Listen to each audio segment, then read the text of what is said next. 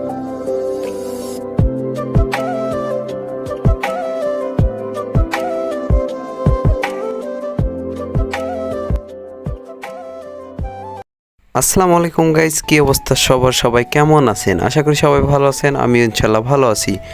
আর এই ব্লগটা হচ্ছে ঈদের পরের দিনের ব্লগ।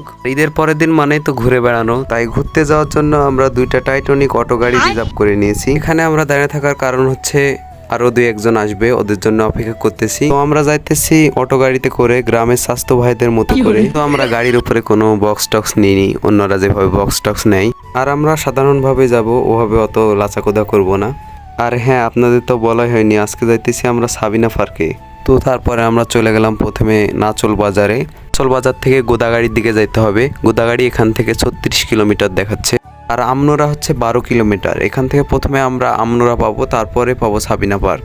রকেটের গতিতে টাইটানিক অটো নিয়ে চলে যাচ্ছি সাবিনা পার্কে। আর সাবিনা পার্ক যেতে যেতে দেখা হয়ে গেল গ্রামের স্বাস্থ্য ভাইদের সাথে। গ্রামের স্বাস্থ্য ভাই বলতে যারা এইভাবে বক্স নিয়ে লাফাজাফা করতে করতে যায় তাদেরকে বলে গ্রামের স্বাস্থ্য ভাই। এর মধ্যে এই পিচ্চিটার কীর্তিকলাপ দেখে আমাকে হাসি লাগতেছিল। এই খালি গায়ে আবার ড্যান্স মারতেছে। আর একটু বড় বেটার দিক তাকান, উই আবার লুঙ্গি পরে ড্যান্স মারতেছে। সাদাটার দিকে একটু দেখছেন, ই আবার কি উড়া ধরা ড্যান্স মারছে হাত ছেড়ে। আর উপরেরটা দেখছেন, উই বক্সের উপর বসে থেকে উই আবার ড্যান্স মারতেছে। নাচ, আরো জোরে নাচ বেটা, নাচ বেটা, জোরে নাচ। তারপরে একটু যেতে দেখি আরেক গ্রামের চাচাতো ভাইদের সাথে দেখা, এরাও অটো নিয়ে আসছে। তো এরে আবার কীর্তিকলাপগুলো দেখেন, অটোর উপরে উঠে গেছে। আরে বেটা নাচ কম, থাম বেটা, থাম।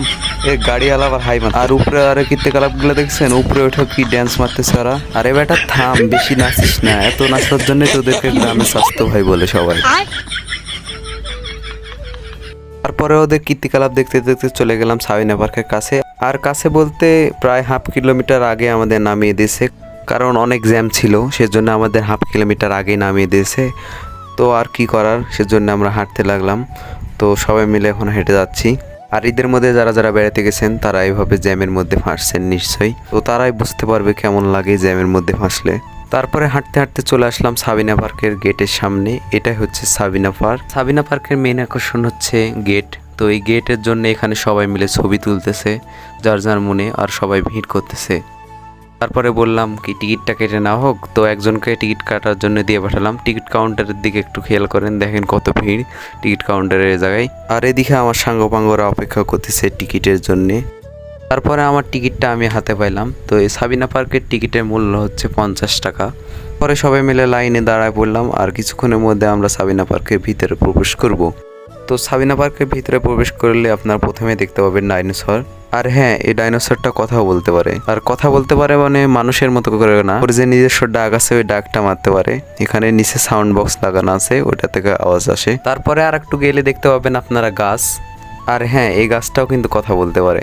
এই গাছটা মানুষের মতো করে কথা বলতে পারে।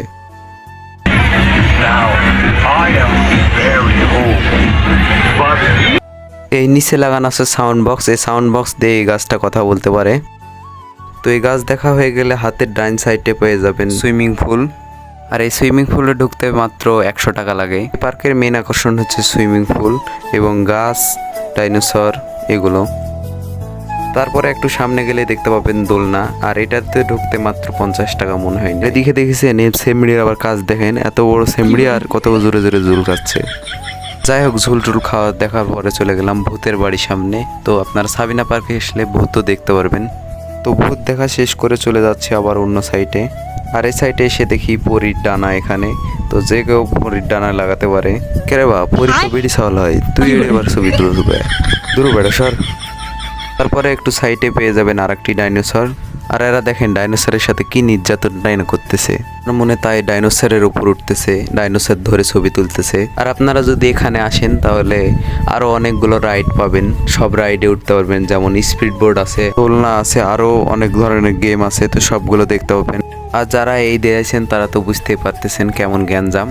আর যারা ওই ঈদে আসার চিন্তা ভাবনা করতেছেন, তো ঈদে আসেন না, এমনি সময় আসেন। ঈদের সময় অনেক গ্যাঞ্জাম, ঘুরে বেড়ায় কোনো মজা নাই এবং ভিডিও তো করাই যায় না, সব জায়গার ভিডিওগুলো করতে পারিনি। তো আজকের ভিডিওটা আর বড় করতে চাই না, আজকের ভিডিও এ পর্যন্তই। দেখা হচ্ছে নতুন কোনো ভিডিওতে। আর হ্যাঁ, যদি ভিডিওটা একটুকু হলে ভালো লাগে তো একটা লাইক দিবেন। আর যারা এখনো ফলো করেন নাই পেজটাতে ফলো করবেন। তো সবাই ভালো থাকেন, সুস্থ থাকেন, আল্লাহ হাফেজ, টাটা, বাই বাই।